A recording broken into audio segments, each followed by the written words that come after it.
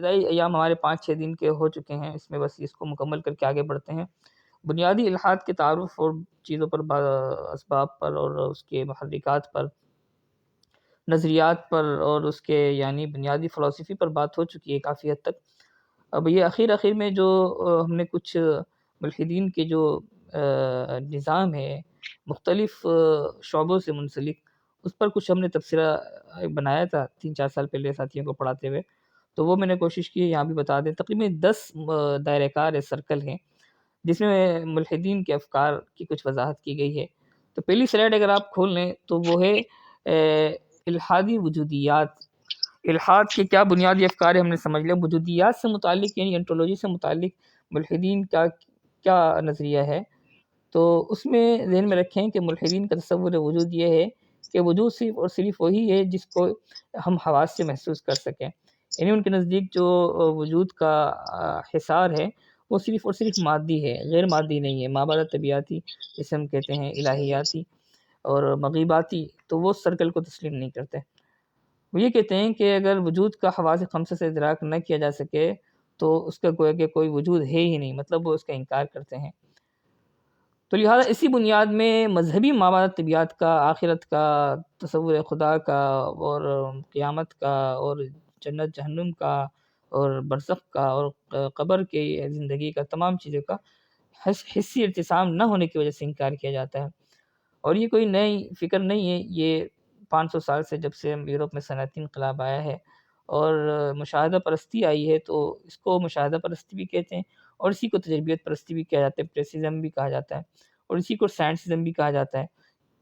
تو بہرحال یہ فکر ذہن میں رکھیے گا کہ وجودیات کے حوالے سے ملاحدہ ہو یا سائنس پرست ہو یا تجربیت پرست ہو یا مشاہدہ پرست ہو یا مادہ پرست ہو، ان میٹریلسٹ ہو، ان سب کی فکر باہمی طور پر یکساں ہیں کہ حسی ارتسام کے علاوہ یا حواس خمسہ سے باہر کی چیز کا یعنی وہ حقیقت اس کو نہیں مانتے۔ ٹھیک ہے، یہ ہم وجود کا حوالے سے سمجھتے ہیں۔ ہمارے ہاں تصور وجود کیا ہے؟ تو مذہب میں تصور وجود جیسے کہ ہم 2 تقسیم کرتے ہیں، ممکن الوجود، واجب الوجود۔ ہمارے ہاں وجود کی 2 قسمیں ہیں، ممکن الوجود اور واجب الوجود۔ ٹھیک ہے، ویسے تو وجود کی کوئی لگی بندی تعریف نہیں کی جا سکتی، نہ سائنس نے اب تک کی ہے، نہ فلسفے نے کی ہے، نہ کلام نے کی ہے، لیکن وجود کو ہم اس کی جزئیات سے سمجھ سکتے ہیں۔ جیسے کہ کوئی شخص سوال کرے کہ انسان کیا ہے، تو آپ بولے دیکھیں زید، عمر، بکر یہ انسان ہے، تو اس مثالوں کے ذریعے ہم اس کو سمجھ سکتے ہیں۔ تو ہمارے مذہبی کلام میں وجود کو اس کی جزئیات سے سمجھا جاتا ہے، اور وجود کا ہمارا حصار صرف اور صرف مادی نہیں ہے، مابعد طبیعاتی چیزیں کو بھی ہم وجود میں شامل کرتے ہیں۔ اور وجود کی 2 بنیادی قسم کرتے ہیں، ممکن الوجود ہے کنٹینجنٹ، اور ایک نیسیسری بینگ ہے جس کو وجود مطلق کہتے ہیں، جو صرف اور صرف اللہ تعالیٰ کی ذات ہے۔ اگلا جو ہم نے وہ سرکل لیا ہے وہ ایپسٹمولوجی کا لیا ہے کہ الحادی علمیات کیا ہے۔ تو ایپسٹمولوجی میں کہا جاتا ہے کہ بھئی علم کیا ہے، ذریعہ علم کیا ہے، حقیقت ہم کیسے جان سکتے ہیں، 3-4 چیزیں اس میں ہوتی ہیں۔ تو ملاحدہ کے نزدیک جو یعنی علم ہے، یہ سب سے پہلے تو وہی کہتے ہیں کہ شے فی نفسی کوئی وجود نہیں رکھتی، یعنی کوئی شے ایسا نہیں کہ جس کے پس پردہ کوئی مقصد ہو، کوئی معنی ہو یا کوئی روحانی پس منظر ہو۔ وہ کہتے ہیں کہ حقیقت صرف اور صرف مادی شے ہے، جس کو ہم مادیت پرستی بھی کہتے ہیں۔ اور یہاں پر میں چاہ رہا تھا کہ ایک اور سلائیڈ میں نے بنائی تھی، شاید پہلے شیئر کی تھی یا نہیں کی تھی، تو ابھی اس پر تھوڑی سی بات کر لیتے ہیں کہ جو اس وقت جدید فلسفہ ہے وہ علم کے ذرائع دو مانتا ہے، ایک عقل اور ایک یعنی حواس۔ اور اسی طریقے سے جو سائنس ہے وہ عمومی طور پر تو کہتی تو صرف اور صرف حواس کو ہے، مشاہدہ تجربے کو، لیکن سائنس اس حوالے سے دوغلا پن کرتی ہے، کیونکہ سائنس میں بھی استخراج کا استعمال ہوتا ہے، اور سائنس بھی اندیکھی چیزوں سے اور اسی طریقے سے یعنی دیکھی ہوئی چیزوں سے اندیکھی ہوئی چیز تک پہنچتی ہے۔ تو یہ سائنس کا کہنا کہ ہم صرف اور صرف مشاہدہ تجربے پر منحصر ہے، یہ غلط ہے۔ سائنس کے بھی اپنے استدلال اور استخراج ہیں، سائنس کا بھی اپنا صغرا اور کبریٰ ہے، سائنس کی بھی اپنے یعنی مغیبات ہیں، جس کو ہم کہتے ہیں سائنس کی مابعد طبیعات، میٹا فزکس آف سائنس۔ یہ بڑا اہم عنوان ہے، لیکن ذہن میں رکھیے گا جو سائنس اس وقت میٹا فزکس کو مان رہی ہے، یہ وہ میٹا فزکس نہیں ہے جو آپ علم الکلام میں پڑھتے ہیں، الہیات کے عنوان سے یا مابعد طبیعات کے عنوان سے پڑھتے ہیں۔ سائنس کے جو مابعد طبیعات ہوتا ہے وہ اندیکھی چیز ہوتی ہے، لیکن وہ بھی اس کو بھی وہ مادی حصار میں ہی سمجھتے ہیں، اس کے پس منظر میں ہی سمجھتے ہیں۔ باہر اس پہ بات کر لیں گے۔ اور علم الکلام اور ہمارے مذہب میں جو ذریعہ علم ہے وہ تین ہیں، حواس ہے، عقل ہے اور خبر صادق ہے، جیسے کہ شرائط کے شروع میں ہم نے پڑھی ہے تینوں چیزیں، اسباب العلم ثلاثۃ۔ ہر ایک کا اپنا اپنا سرکل، مذہب یہ کہتے ہیں ہر علم کے ذریعے کا اپنا اپنا سرکل ہے، مشاہدے کا سرکل اس کے حد تک ہے، ڈومین اتنی ہی ہے، جو اگلے مرحلے میں آپ عقل تک پہنچے تو اس کی فنامین الگ ہے، اور اس سے آگے بڑھے تو پھر وحی جو ہے وہ یعنی اس کا جو دائرہ کار ہے وہ علم الہی کا دائرہ کار لامحدود ہے۔ جیسے اللہ تعالیٰ کی صفات تمام لامحدود ہے، تو اللہ تعالیٰ کی صفت علم بھی لامحدود ہے۔ تو یہاں پر ٹکراؤ اس وقت ہو جاتا ہے جب فلسفہ کہتے ہیں کہ جی اس تمام چیزیں عقل کے دائرہ کار میں لے کر آئے ہیں ہم۔ سائنس کے ساتھ لڑائی اس وقت ہو جاتی ہے جب سائنس کہتی ہے کہ تمام چیزیں مشاہدے تجربے کے اندر آئے، ٹھیک ہے۔ سائنس اگر یہ کہے کہ مادی امور سے ہم بیس کرتے ہیں اور ما وراء المادہ حقائق ہو سکتے ہیں، لیکن ہمارا سرکل نہیں ہے، ہماری ڈومین نہیں ہے، ہمارا دائرہ کار نہیں ہے، ہمارا موضوع بیس نہیں ہے، تو پھر ایسی سائنس مذہب سے نہیں ٹکراتی، ہمیں ایسی سائنس سے کوئی دشمنی نہیں ہے، ٹھیک ہے۔ لیکن سائنسی وہ علمیت جو مذہب سے ٹکراتی ہے اور یہ کہتی ہے کہ ہمارے جو سرکل سے آئی کی چیزیں اس پر ہم فیصلہ کریں اور ہم کہیں کہ حقیقت نہیں ہے وہ، تو یہ درست نہیں ہے۔ اسی طرح فلسفہ عقل کے اندر تمام چیزوں کو لاتے ہوئے فیصلہ کرے کہ ہم تصور خدا بھی اور اللہ تعالیٰ کی صفات کو بھی خدا عقل سے سمجھ سکتے ہیں، ہم جو ہے وہ تمام چیزوں کو عقل کے دائرہ کار سے سمجھ لیں گے، درست نہیں ہے۔ تو جیسے کہ آپ نے دیکھا یونانیوں نے الہیات کے باب میں کتنی ٹھوکریں کھائی ہیں۔ تو یہ علمیات کے حوالے سے کچھ مختصر سی عرض تھی، امید ہے کچھ خلاصہ آپ کے ذہن میں آ گیا ہوگا۔ اب آگے بڑھتے ہیں الحادی اخلاقیات، ایتھکس کے حوالے سے۔ تو بنیادی طور پر ملحدین کے ہاں اخلاقی فلسفہ یہ ہے کہ وہ اچھائی اور برائی کے جاننے کا جو ذریعہ سمجھتے ہیں وہ عقل کو سمجھتے ہیں، انسانی مفادات کی روشنی میں عقل کو، جسے ہم کہتے ہیں سیکولر ہیومنزم، ٹھیک ہے۔ یعنی انسان سب سے بنیادی معیار انسان کے مفادات ہیں، خواہ وہ مادی مفاد ہو، خواہ وہ لذتیت پرستی ہو، خواہ وہ افادیت پرستی ہو، یہ تمام میں فلسفہ کے نام لے رہا ہوں اردو میں، لذتیت پرستی، افادیت پرستی، ٹھیک ہے۔ تو وہ یہ کہتے ہیں کہ اصل ہمارا مقصد ہے لذت پورا کرنا، اور لذت کیسے پوری ہو سکتی ہے اس کے لیے ہم بنیاد بنائیں گے یا تو انفرادی عقل کو، ٹھیک ہے، یا جو ہے وہ اجتماعی معاشرے کی فلاح بہبود کو سامنے رکھتے ہوئے معاشرہ پرستی کریں گے، جس کو ہم نے سمجھا دیا تھا لبرلزم کا جو فلسفہ ہے وہ انفرادیت پرستی پر زور دیتا ہے، اور جو اس کے مقابلے میں کیمپٹرینزم کا فلسفہ ہے وہ کہتا ہے کہ معاشرہ بطور معاشرہ تمام معاشرے کی عقل جو ہے وہ فیصلہ کرے گی کہ ہمارے لیے کیا، لیکن آپ غور کریں گے کہ وہ انسانی عقل سے آگے نہیں جاتے، تو گویا کہ انسانی مفاد انسانی عقل کے روشنی میں فیصلہ کرے گی، جس کو ہم ہیومنزم بھی کہتے ہیں، اسی کو ہم لبرلزم بھی کہتے ہیں، اسی کو ہم سیکولرزم بھی کہتے ہیں، ٹھیک ہے، اور اسی کو ہم جو ہے وہ ایپیکیورزم بھی کہتے ہیں۔ تو بہرحال ان کا یہ کہتے ہیں کہ اب مفاد کا انحصار کیسا ہوگا کہ کیا چیز ہمارے مفاد میں تو معاشرہ فیصلہ کرے گا، اور جدید سول سوسائٹی کا جو نظم ہے وہ یہی بتاتا ہے کہ معاشرہ اپنی قدر خود وضع کرے گا، معاشرے کو محسوس ہوگا کہ بھئی فلانی چیز ہمارے لیے اچھی ہے تو وہ لہٰذا وہ چیز معاشرے کے اندر ایڈ ہو جائے گی، ایڈجسٹ ہو جائے گی۔ اس کے برعکس مذہب کیا کہتا ہے؟ مذہب یہ کہتا ہے کہ اچھائی برائی کا مجرد تصور تو انسان کی فطرت میں اللہ نے رکھا ہے، فطرت اللہ التی فطر الناس علیہا لا تبدیل لخلق اللہ، ٹھیک ہے، لیکن اس کو مکمل طور پر منطبق عقل تنہا نہیں کر سکتی، وحی کی اس کو ضرورت ہے، ٹھیک ہے۔ اب یہاں پر وہی آبجیکٹیو مورلٹی کی بیس آ جاتی ہے، سبجیکٹیو مورل کی بیس آ جاتی ہے، یا جس کو معروضی اخلاقیات کہتے ہیں یا موضوعی اخلاقیات کہتے ہیں، کہ انسانی عقل خود اخلاقیات کے پیمانے بنائے گی، یہ جو ہے وہی ہمیں عقل کا پیمانہ یا خیر و شر کا پیمانہ یا اخلاقیات کا پیمانہ فراہم کرے گی۔ تو بنیادی ہمارا اختلاف یہاں ہے۔ ہم یہ کہتے ہیں کہ جیسے کہ اس میں عشائرہ اور ماتریدیہ دونوں کا الگ ہے مکتب فکر ہے، فرق ہے دونوں کے اس میں، تو وہ عشائرہ کے ہاں تو بنیادی جو ہے وہ خیر و شر کا پیمانہ نقل ہے، جبکہ ماتریدی کہتے ہیں کہ اللہ تعالیٰ کے جتنے احکام ہیں، جتنے افعال ہیں، جتنے جو حکم ہیں، اس میں عاقبت حمیدہ ہے، یعنی اصل تو نقل ہی ہے لیکن اس میں بھی انسانوں کے لیے عقلی مصلحت موجود ہے، اگرچہ وہ ہمیں سمجھ میں آئے نہ آئے۔ تو یہ اخلاقیات کا فلسفہ ہے جس میں آپ دیکھ رہے ہیں کہ سائنس ایک طرف کھڑی ہے، فلسفہ ایک طرف کھڑا ہے، اور ہمارا جو مذہبی تصور ہے جس کو ہم کلامی روشنی میں سمجھتے ہیں وہ ایک طرف موجود ہے۔ ٹھیک ہے، بنیادی فرق وحی کا ہے اور بنیادی فرق عقل کے دائرۂ کار کا ہے۔ اسی طریقے سے آگے چلے، تصور انسان پہ ہم کچھ بات کر چکے ہیں۔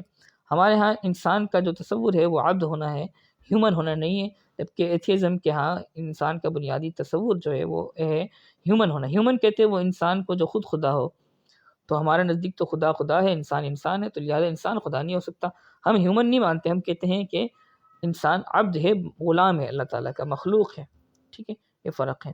تو لہٰذا جب عبد آپ ثابت کر دیں گے تو لہٰذا عبد تو پھر کسی کے فیصلے کے تحت چلے گا، وہ خود سے فیصلہ نہیں کر سکے گا، پھر وحی کی ضرورت ہوگی، اسے اللہ تعالیٰ کے احکامات کی مرضی کی منشا کی ضرورت ہوگی۔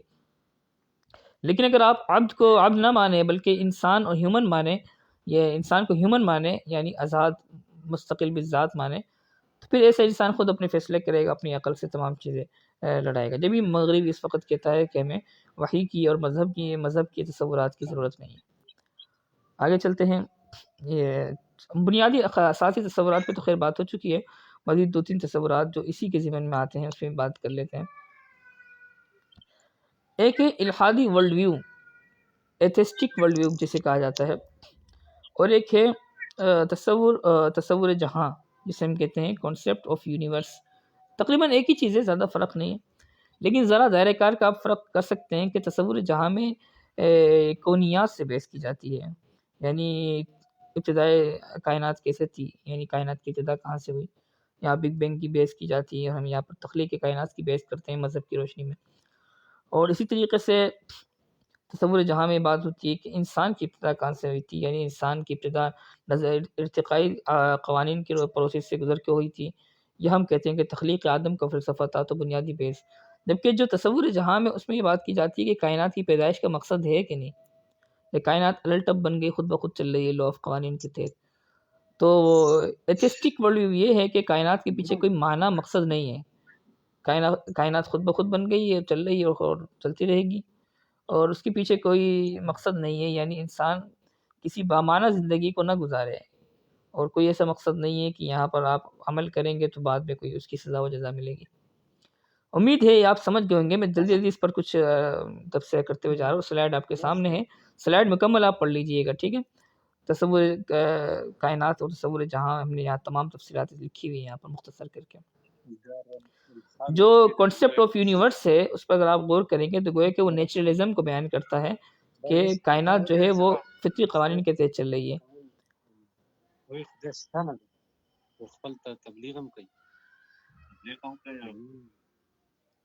ذرا اس کو کریں ساتھی، آواز اپنی بند کریں کوئی ساتھی۔ جی بھائی شریف آپ ان کو ذرا میوٹ کر دیں۔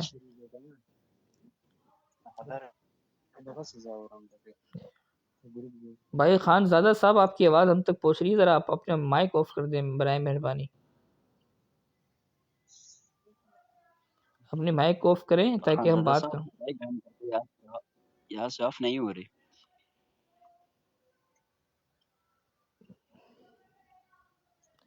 چلے جی ایڈمن تو کر سکتا ہے اگر آپ کوشش کریں تو ٹھیک ہے، سے آگے چلتے ہیں۔ تو تصور ہم نے اس پہ بات کر دی ہے کہ تصور جہاں کے حوالے سے کہ وہ نیچرلزم پہ کھڑا ہے کہ قوانین فطرت و قوانین طبعیات فزکس کے قوانین کائنات کو چلا رہے ہیں۔ اچھا اس کے بعد پھر ہم نے اگلا جو تصور ہم نے ایڈ کیا ہے، اچھا تصور جہاں سے متعلق کیا چیزیں بنیادی و انکار مقصدیت ہے، اس کو آپ پڑھ لیجئے گا انشاءاللہ۔ اسی طریقے سے الحاد کے تصور آزادی پہ کافی بات ہو چکی ہے، لیکن یہاں پر ایک دوسری جہت سے بات کی گئی ہے، اس کو بھی آپ مطالعہ کر لیجئے گا۔ آگے بڑھتے ہیں، آگے ہیں الحاد کی تصور ترقی۔ ملحدین کے مطابق چونکہ موت کے بعد کی کوئی زندگی نہیں ہے، اس لیے انسانی زندگی کا کوئی مقصد نہیں، اور کوئی مقصد نہ ہو تو پھر مقصد صرف دنیاوی مقصد رہ جاتا ہے، مادی مقصد، روحانی مقصد نہ ہو تو مادی مقصد رہ جاتا ہے۔